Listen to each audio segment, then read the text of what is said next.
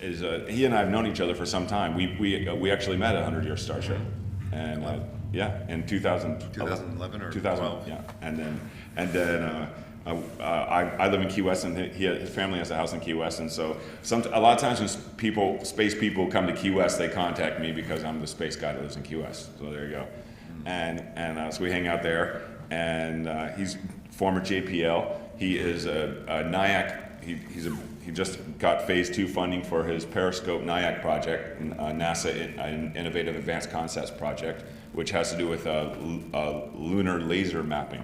Yes, cave. I'll get into it. Okay, cool. Yeah. So I'm going to just get you started. Okay, sure. Here we go.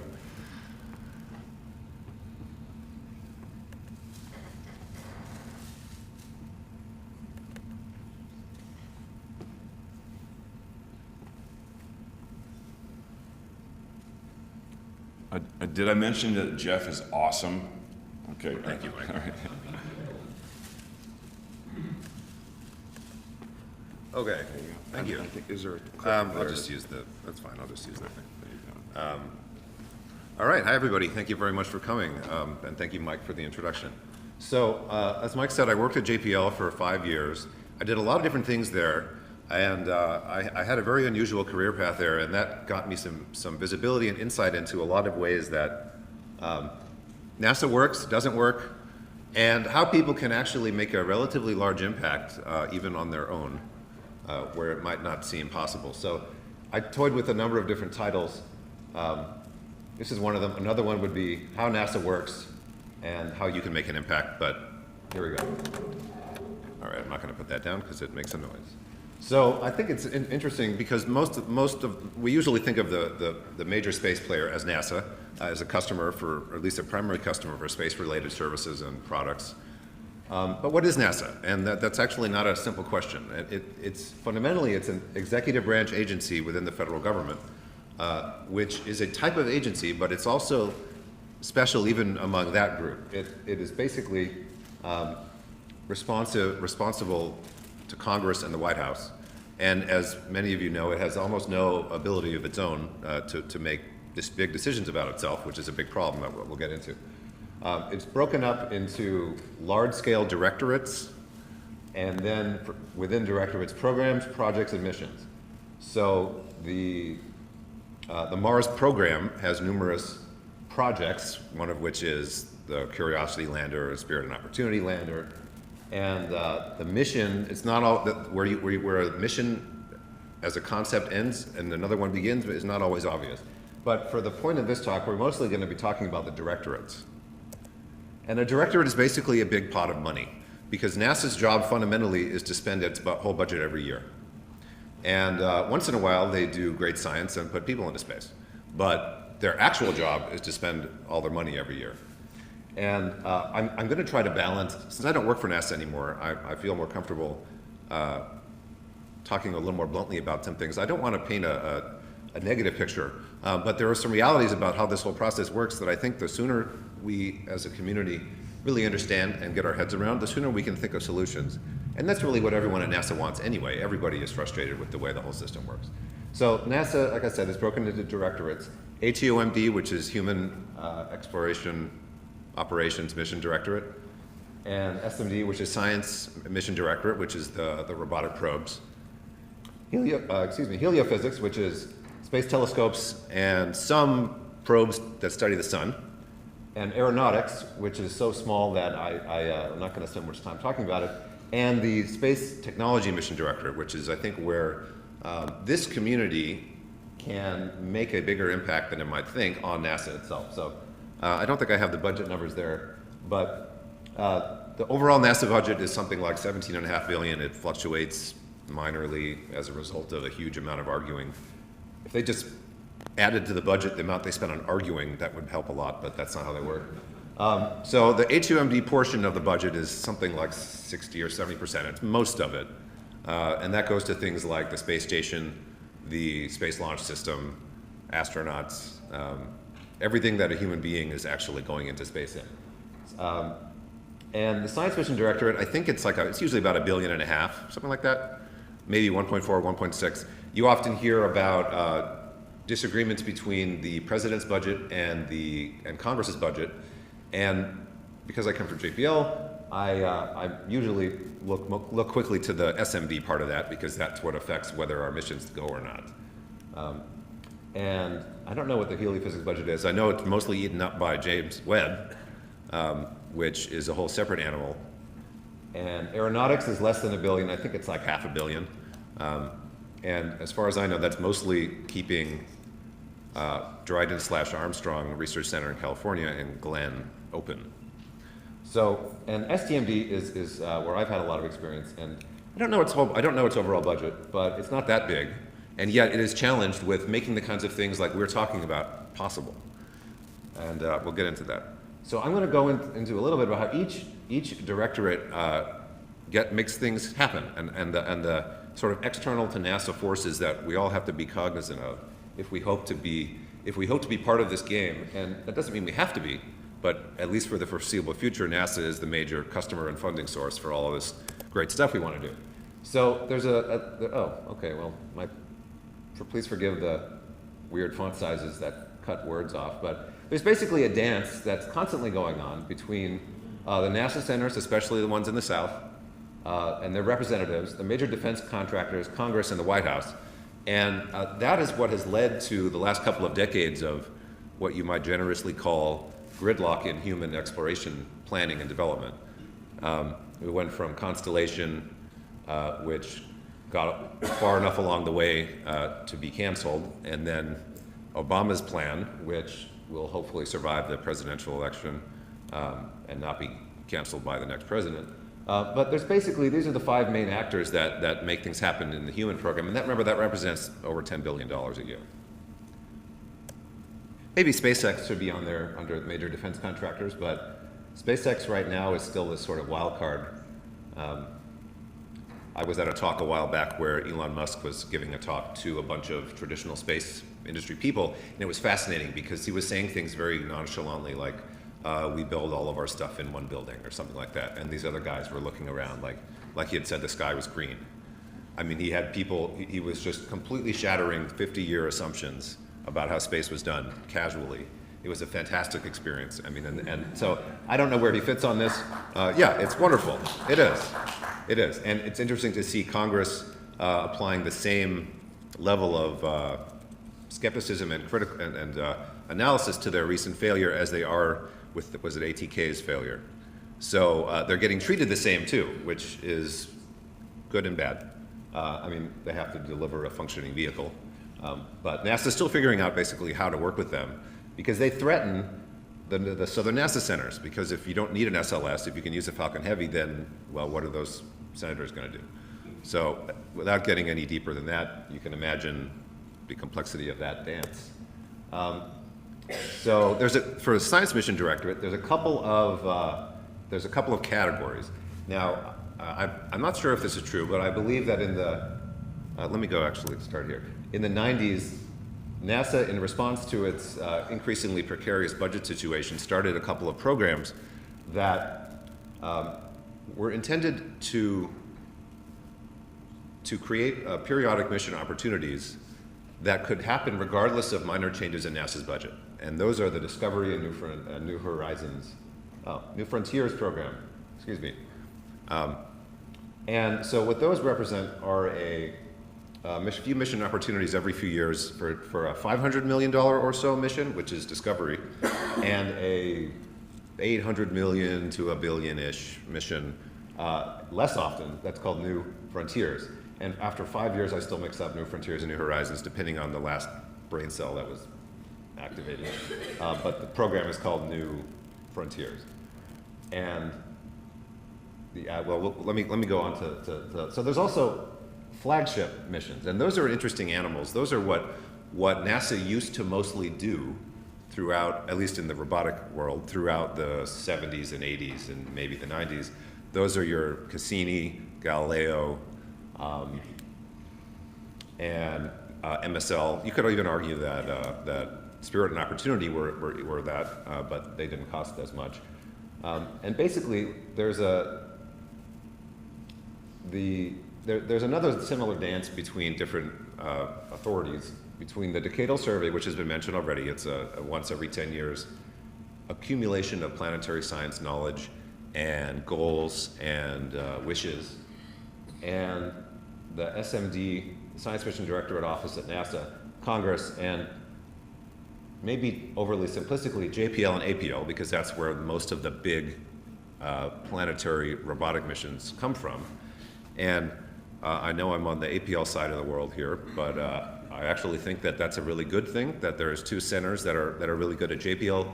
People kind of gripe about APL taking their lunch, but frankly, everyone needs a competitor to stay on top of their game, and I think it's done that. So anyway, so those are the players that are active behind the scenes for many, many years before something like Curiosity leaves the ground. So we talked about this, and this is a small sample, maybe this is all of them, of the Discovery Program's missions over the last 15 years or so, and they're really important ones. The first, I didn't realize this until I found this slide actually, that the first Mars rover of the 90s, Pathfinder, was actually a Discovery mission. And Kepler's over there, it's kind of small, Dawn. So these are major missions that have contributed significantly to our understanding of the solar system. And that's how they got funded. And again, the program itself was a result of NASA doing its best within the uncertainty of its budget.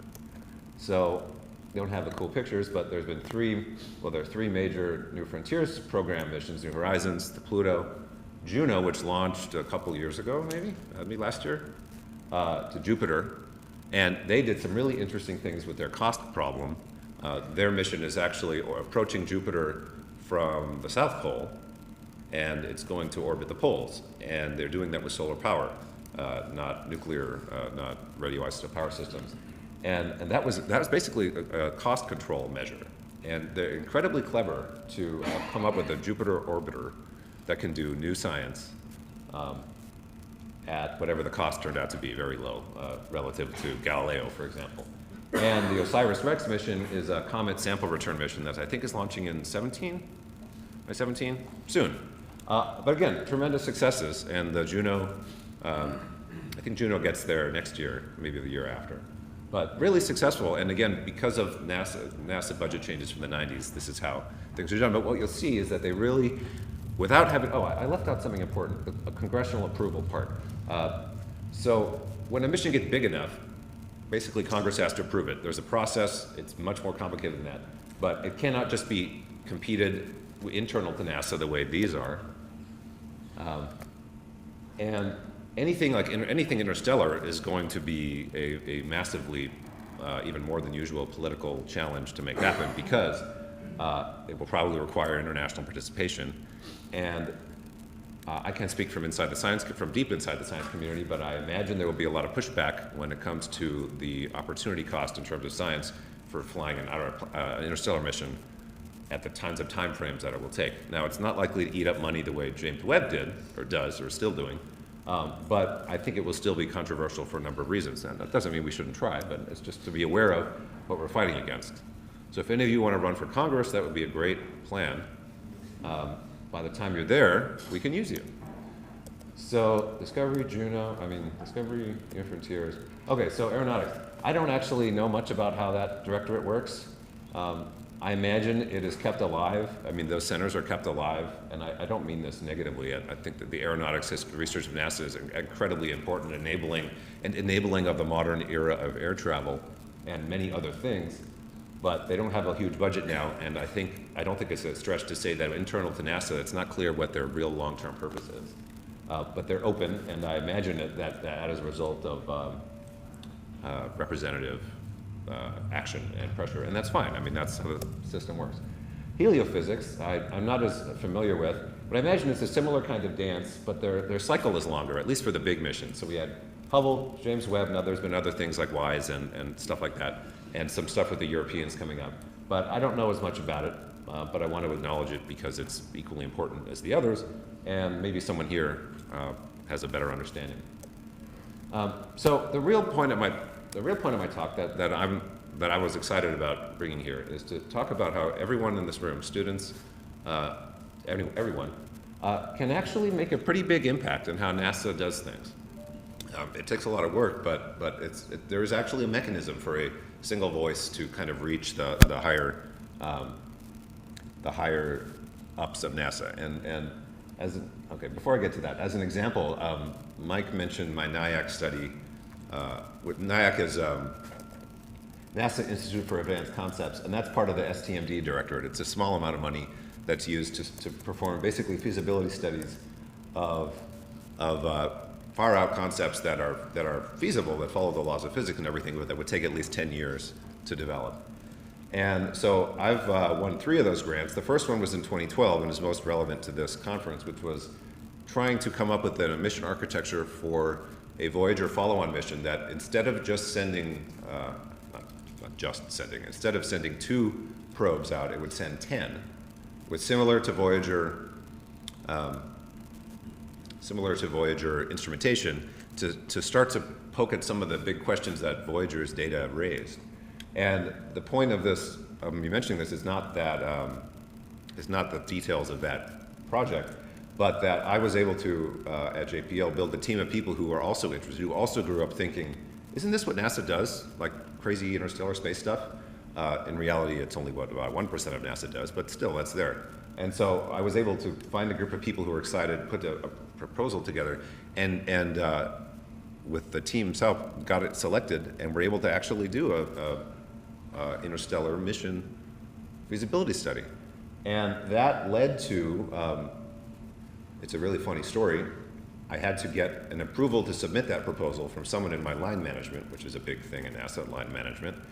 And nobody, I had to go so far above my own level because so many of my bosses were out on vacation that I ended up getting the approval signature from someone else who I never even met before, who then turned out to be the major partner and now actor on the next step of the interstellar conversation at JPL, Leon Alkali, which whom Dr. McNutt mentioned, and I was part of the team that wrote the proposal that led to that KISS study that was mentioned. And I had to leave JPL for family reasons before I could see that, but like we've all been talking about, it's a very long chain of links, and it's a privilege and a pleasure to be part of any one of them.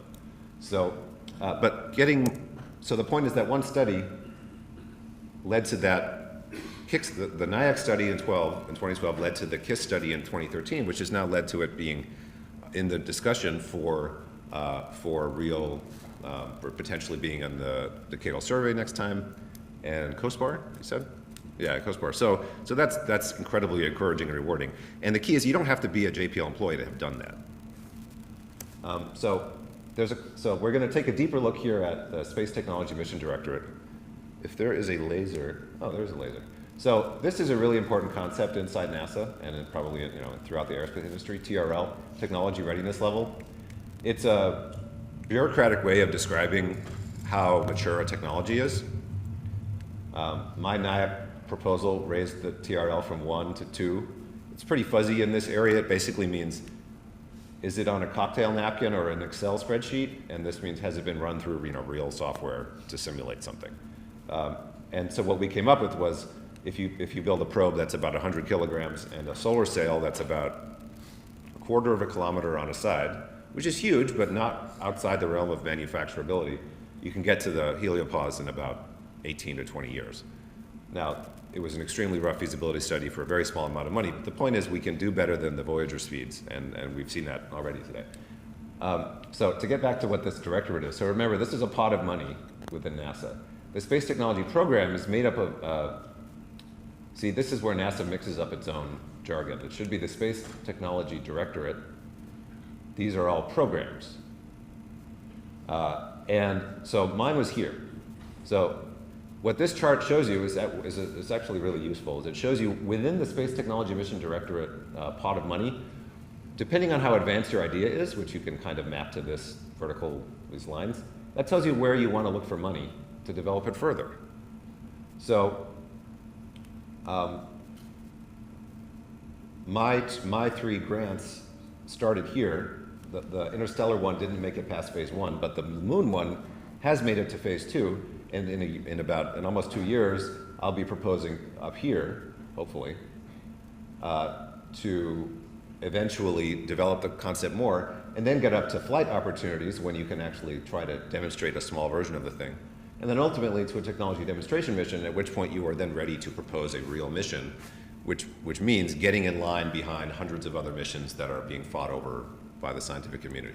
So that's how NASA, do I have anything else? Yeah, so that's how NASA works, at least when it comes to robotic missions. And, okay, yeah, so I talked about this already. And for now, NASA is the only customer for robotic missions. Well, maybe like ESA and some other national space agencies, but I'd like to see a world where they are not the only customer of that, because there's so much we can do. I mean, the solar system is literally open to us, and that's one of my longer term interests, is how do we create economic incentives for people other than NASA and scientists to pay for this stuff. So there's a great example, actually, oh, now I know why these slides are in this order. So I talked about, so SEERS is Solar System Escape Architecture for Revolutionary Science. That was a 2012 project with the giant solar sail. I kind of went through that timeline already. Right after that, I proposed in 2013 for Periscope, which is Periapsis Subsurface Cave Optical Explorer. One of my favorite acronyms ever. It's also mine, but it was really satisfying to come up with it. Anyway, so we proposed it in 2013. We were rejected. We took the feedback. Now, when you get rejected, the feedback sometimes is meaningful and sometimes is total BS. But you have to try to distill the meaningful feedback out of it. But we worked pretty hard on it and got it accepted in 2014, yeah, and then got phase 2 in 15. And so that's a couple years just to get to basically being able to use NASA resources to use Excel and AutoCAD and SDK and various light sensor simulation packages. So it's a long road, but it's extremely rewarding, and you can do it. And I'll show you. Oops. Okay.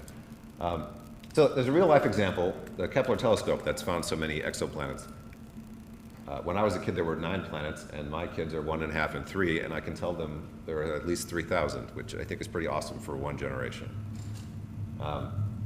And so in the 90s, the idea came forward for the actual sensor on that device. And again, the details of that are not the important part of this talk. The point is that it took 15 years, I think 4 times proposed and rejected, before the team behind that could convince the NASA folks that that technology could actually work.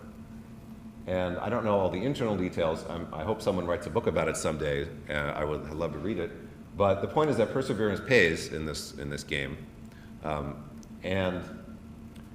brings me to, I guess that's my last slide, but that brings me to what I'm really excited about this conference specifically, is that the students who are here have done some incredible work, and I think they should be looking at the NASA funding opportunities with their professors and faculty to find pots of money to propose to try to get some of their ideas into the NASA discussion. For the mission specifically, NIAC can be a good program. There's some details on what each pot of money is looking for within NASA, of course, but I think that that's something that anybody in this room could do, and certainly the teams that we had yesterday with upstairs at the hackathon, we should be looking at those ideas that came out and saying, well, can we propose one of these to a NASA education fund? Can we propose it to NIAC maybe? For everyone here who's affiliated with a university, to the, I think they were on this. There. So space technology research grants, that can go out to universities. There's no reason that the students in this room couldn't be at least co-PIs. You probably need a faculty member as a PI, but at least co-PIs. And you're on the East Coast, there's NASA centers everywhere, so you could easily reach someone to get some help, or even to have a center be the PI if you really needed it. So the point of this whole talk is that anybody can do this stuff. I mean, you're all showing that by being here, and I don't want anyone to forget that. So thank you very much.